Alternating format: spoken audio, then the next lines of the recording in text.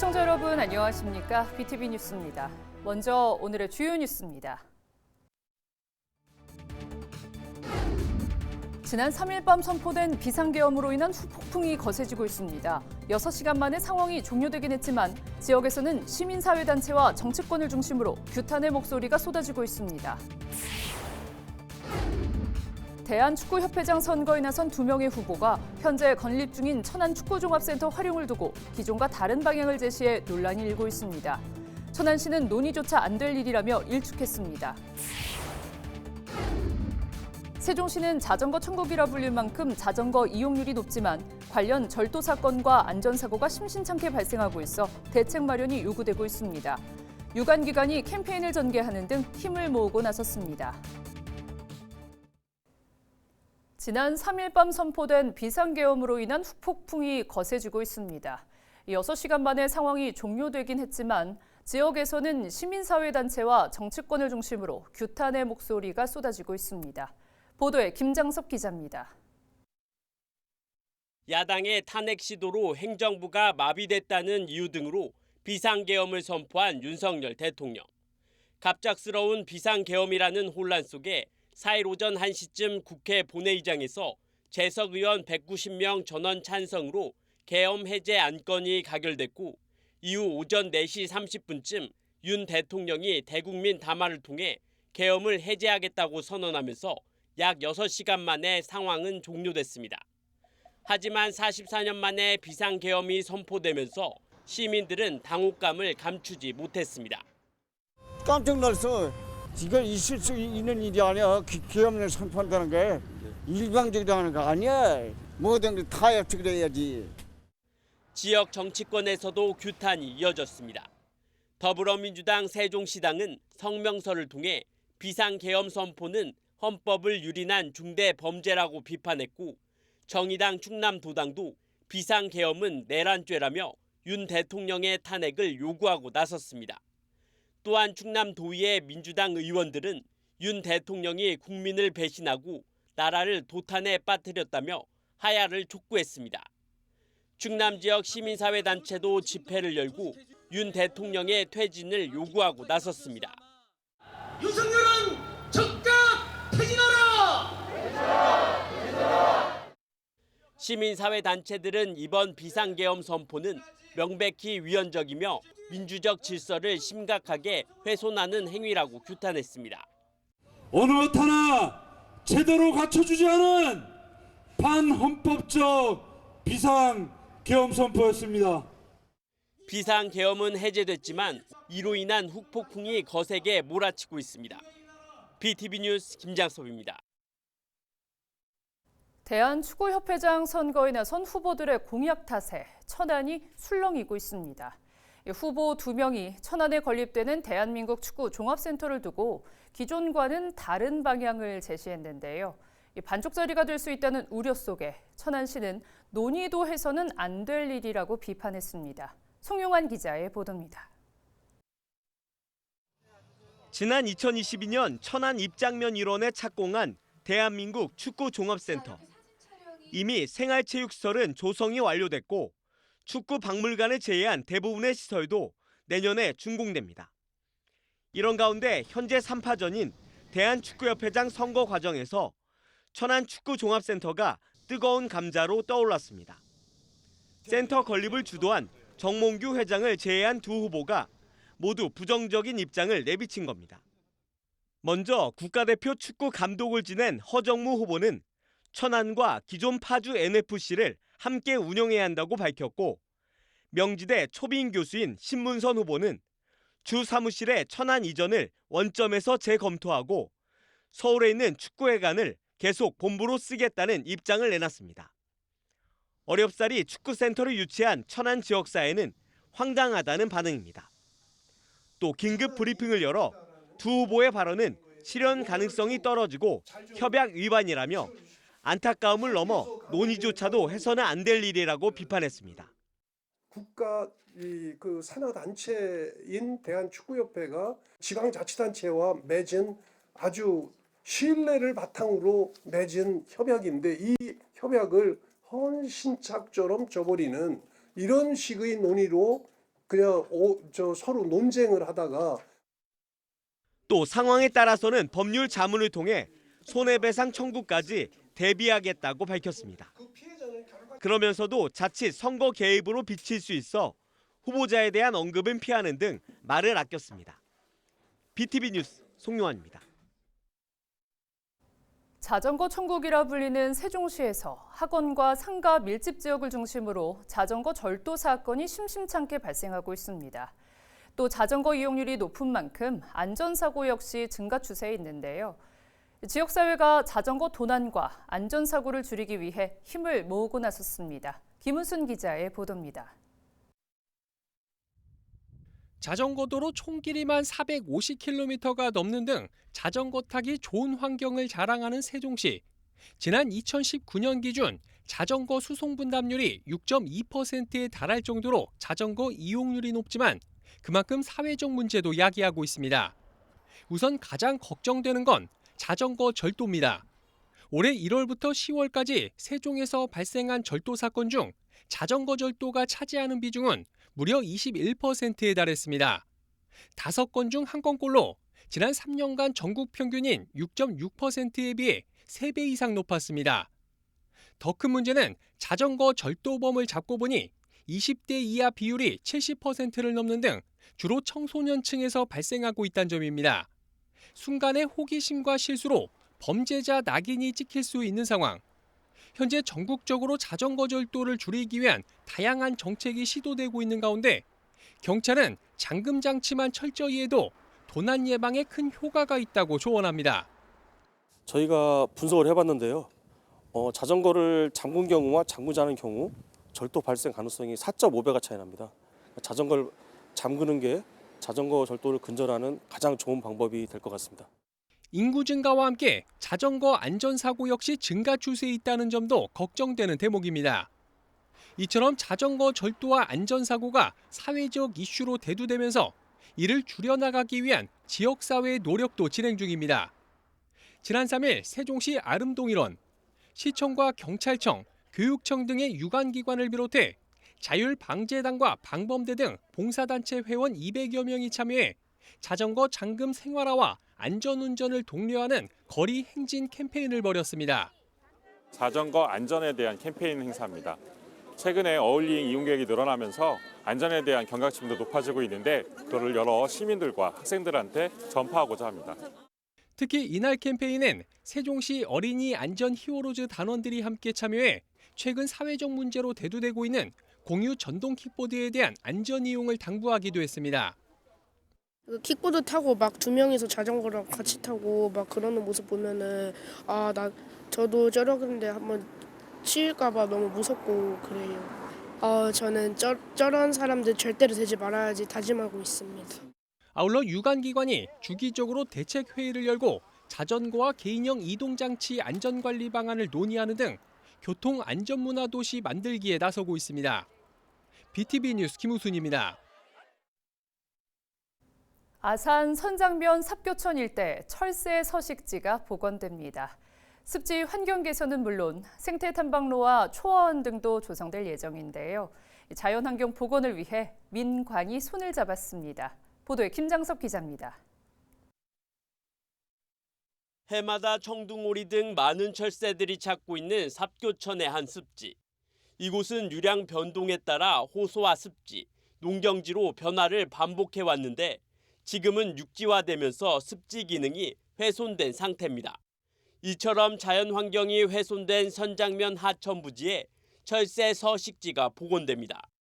복원되는 대상지는 2만 2천여 제곱미터로 습지 환경이 개선되고 억새 군락지와 야생 초화원, 생태 탐방로 등이 조성될 예정입니다.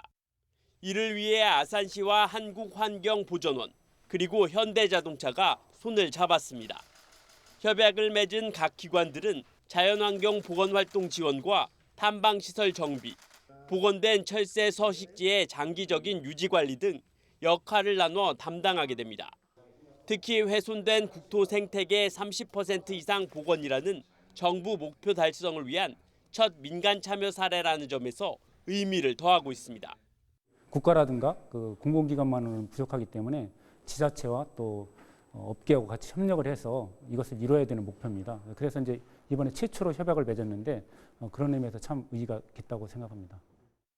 아산시는 앞으로 자연보건과 연계한 환경보전 활동과 시민 참여형 체험교육 프로그램을 통해 시민의 환경보전 인식을 높여갈 계획입니다. 시민들이 자연 환경에 대한 의식 고취는 물론 또 생태 환경에 대한 중요성을 인식하는 그런 계기가 될 것으로 기대합니다. 이번 자연환경 보건은 환경부 생태계 보전부담금 반환 사업과 함께 진행되는 것으로 내년 상반기에 완료될 예정입니다. BTV 뉴스 김장섭입니다. 천안시의회가 최근 폭설로 피해를 입은 농촌 지역에 대한 특별 재난지역 선포를 촉구하는 건의문을 채택했습니다. 김철환 의원이 대표 발의한 건의문에는 재난지역 지정과 조속한 복구계획, 피해보상 대책 마련 등의 요구사항이 담겼습니다. 앞서 이재관 국회의원도 대규모 재난으로 주민들의 생계와 지역 경제가 심각하다며 조속히 특별 재난지역 지정과 선포가 이뤄져야 한다고 정부에 촉구했습니다.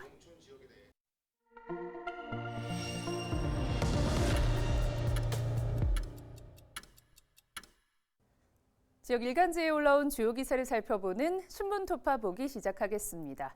오늘은 국민 절반 이상이 독립기념관 명칭 타 지역 사용 반대 기사부터 보겠습니다.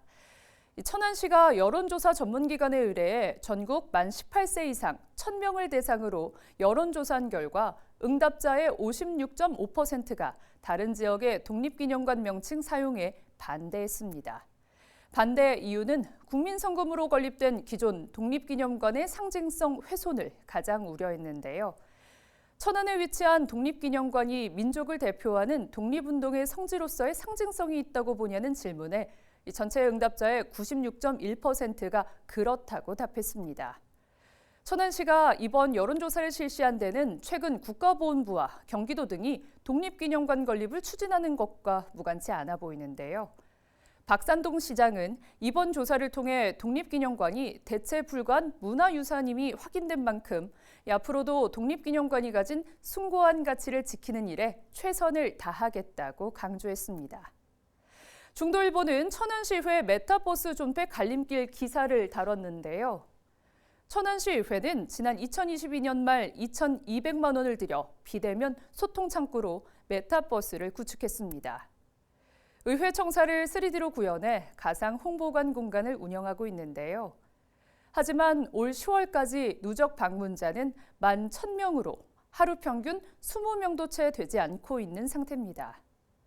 코로나 팬데믹 이후 시민 관심도 하락 속에 애물단지로 전락했다고 신문은 보도했는데요. 의회 사무국은 메타버스 유지 비용 등 더 이상의 예산 투입 없이 폐쇄 절차로 가닥을 잡은 것으로 알려졌습니다. 끝으로 대전일보 보겠습니다. 세종은 택시 잡기가 하늘의 별 따기만큼 어렵다고 하는데요. 인구 증가에 비해서 택시 공급이 절대적으로 부족하기 때문입니다. 시 출범 후 인구는 2012년 7월 10만여 명에서 2023년 말 39만여 명으로 280% 증가한 반면 이 기간 택시는 282대에서 438대로 불과 55% 증가하는 데 그쳤습니다. 택시 이용에 시민들의 불편이 클 수밖에 없는 실정이었는데요. 올해 연말부터 개인 택시 44대가 추가로 운행된다고 합니다. 새로 면허 발급된 택시는 앞으로 1년간 영업 범위가 탑승 위치 기준 신도시로 한정해 운행되는데요. 택시난으로 겪은 시민들의 불편이 다소 숨통이 트일 것으로 보입니다. 지금까지 지역신문 살펴봤습니다. 계속해서 사진 뉴스입니다. 세종시가 싱싱장터와 공공급식센터 운영 등 지역 먹거리 선순환 체계를 구축한 공로로 지역 먹거리 지수 평가에서 최우수상을 받았습니다. 천안시와 서울디지털재단이 지속가능한 스마트도시 협력체계 강화를 위한 업무 협약을 체결했습니다. 세종시가 넷플릭스 요리 서바이벌 프로그램 흑백요리사의 경연 방식을 채택한 정책 아이디어 대회를 엽니다. 이어서 BTV AI 스튜디오로 제작한 간추린 소식입니다. 2027 충청권 하계세계대학 경기대회 조직위원회는 선수촌 주성을 위해 LH 계룡건설산업과 협약을 체결했습니다. 세종시 공공주택을 선수촌으로 활용하고 조기 착공을 위한 기반을 마련하는 것이 주요 내용입니다. 이는 LH와의 기존 협약을 바탕으로 진행된 것입니다. 충남 아산시는 2024 대한민국 지방자치혁신대상에서 행정혁신부문 대상을 받았습니다. 시민의 목소리를 반영하고 창의적인 시정을 운영한 공로를 인정받았으며 이번 수상을 통해 시민 참여 기반의 혁신행정을 더욱 강화할 계획입니다. 천안시는 장애 여성 청소년을 위해 월경용품 사용 교육을 실시했습니다. 나사렛의 꿈학교에서 첫 교육이 진행됐고 천안인해학교에서도 추가 교육이 예정되어 있습니다. 이 교육은 올바른 월경용품 사용법과 긍정적인 신체 인식을 돕기 위해 마련되었습니다. 이상 간추린 소식입니다.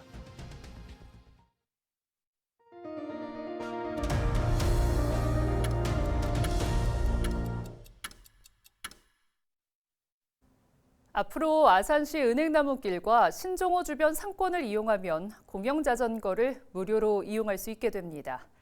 아산시가 운영하는 시설물 이용 시 다자녀 가정의 경우 이용료가 감면되고 신혼부부 주택자금 대출 이자 지원 조례안도 신설됐습니다. 보도에 김장섭 기자입니다.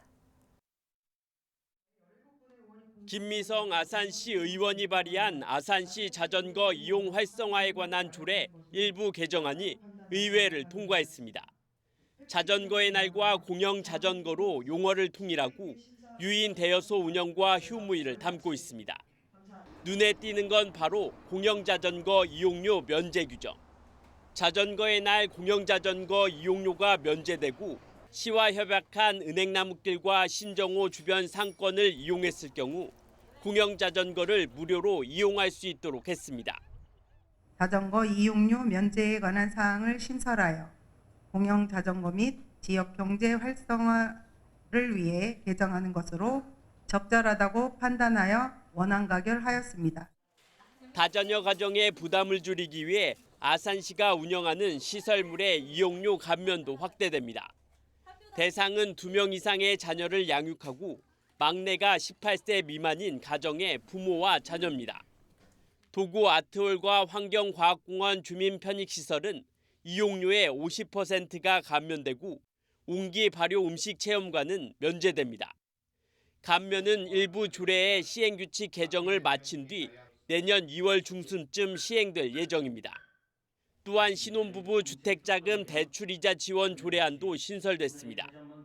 전철호 의원이 발의한 이번 조례는 결혼 5년 이내인 신혼부부로 기준 중위소득 180% 이하이면서 전용 면적 59제곱미터 이하 1주택 소유 또는 전월세에 거주해야 합니다. 지원 범위는 대출 잔액의 1.25%, 연 한 차례 최대 100만 원까지 지원받을 수 있으며 6세 이하의 자녀를 양육할 경우 최대 200만 원까지 지원할 수 있도록 했습니다. BTV 뉴스 김장섭입니다. 일상에서 사용하는 스마트폰이나 웨어러블 제품들을 배터리 없이도 사용할 수 있다면 얼마나 좋을까요? 이런 상상을 현실로 만드는 기술이 지역대학 연구진에 의해 속도를 내고 있습니다. 기존 성능보다 무려 20배 향상된 하이브리드 나노 발전기를 선보였다고 하는데요. 송용환 기자가 취재했습니다. 나노 섬유를 두드려 압력과 마찰을 가합니다. 여기에서 발생한 전기로 배터리가 없는 스톱워치를 작동시킵니다. 한국기술교육대학교 배진우 교수 연구팀이 고효율의 하이브리드 나노 발전기를 개발했습니다. 앞전 나노 발전기와 마찰전기 나노 발전기의 장점을 합친 것으로 기존보다 20배의 출력을 냅니다. 디지털 시계나 계산기 같은 전자기기를 전원 없이도 구동할 수 있습니다. 성능이 기존의 나노 발전기에 비해서 우수한 특성을 보이기 때문에 이제 급속 충전이 가능하다는 점이 있고요. 이로 인해서 충전 속도가 방전 속도보다 빨라지는 점이 있어서 이제 저전력 디바이스 화면이 이제 꺼지지 않고 지속적으로 켜질 수 있다는 점이 있습니다. 연구팀의 최종 목표는 성능을 고도화해 궁극적으로는 배터리 없는 세상을 만드는 것. 그리고 요즘 와치라든지 이런 데도 계속 조금만 두들겨 주면 우리가 한 10분, 20분 동안 무전원으로 배터리 없이 사실 사용할 수 있는 이런 것들을 계속 만들어낼 예정입니다. 이번 연구 성과는 지난달 나노기술 분야 국제학술지인 스몰 온라인판에 등재된 데 이어 조만간 출판을 앞두고 있습니다. BTV 뉴스 송용환입니다. 세종시 제6기 안전도시위원회가 출범했습니다. 위원회는 연임되는 위원 8명을 포함해 모두 18명으로 구성됐으며 앞으로 2년 동안 안전 취약 현장을 방문해 개선 방안을 제시하고 세종시의 안전증진 사업을 체계적으로 점검하는 역할을 수행하게 됩니다. 위촉식에 이어 열린 첫 회의에서는 위원들의 역량 강화를 위해 국제안전도시에 대한 교육을 진행한 뒤 5기 위원들의 활동성 공유와 함께 향후 운영 방향을 논의했습니다. 장애인과 비장애인이 함께 실내에서 동계 스포츠를 즐길 수 있는 세종 반다비 빙상장이 오는 12일부터 무료 시범 운영에 나섭니다. 시범 운영 기간은 12일부터 22일까지 11일간이며 이후 보완을 거쳐 23일부터는 정식 운영에 들어가게 됩니다. 운영 시간은 매일 오전 10시부터 오후 9시까지 모두 4회차로 나눠 운영되며 회차당 이용 인원은 최대 300명으로 통합 예약 시스템을 통한 선착순 사전 예약을 통해서만 이용 가능합니다. 반다비 빙상장은 4,657제곱미터 규모로 지어졌으며 304석의 관람석을 갖춘 전국 최초의 장애인형 빙상장입니다. 세종시의회 추경예산 삭감으로 무산될 위기에 놓였던 세종 비축제가 오는 13일 시민 주도로 막을 올립니다. 세종 지역 소상공인과 종교계, 노인단체 등으로 구성된 비축제 시민추진단은 우리 함께 희망의 빛으로라는 주제로 오는 13일부터 내년 1월 15일까지 보람동 이응다리 일대에서 비축제를 연다고 밝혔습니다. 이번 축제는 시민이 직접 꾸미는 시민 트리존과 함께 빛의 정원 테마존, 사랑의 빛 테마존, 빛 놀이터 등으로 다채롭게 구성될 예정입니다. 이상으로 BTV 뉴스를 모두 마칩니다. 시청자에게 힘이 되는 뉴스로 다시 찾아뵙겠습니다. 시청해주신 여러분 고맙습니다.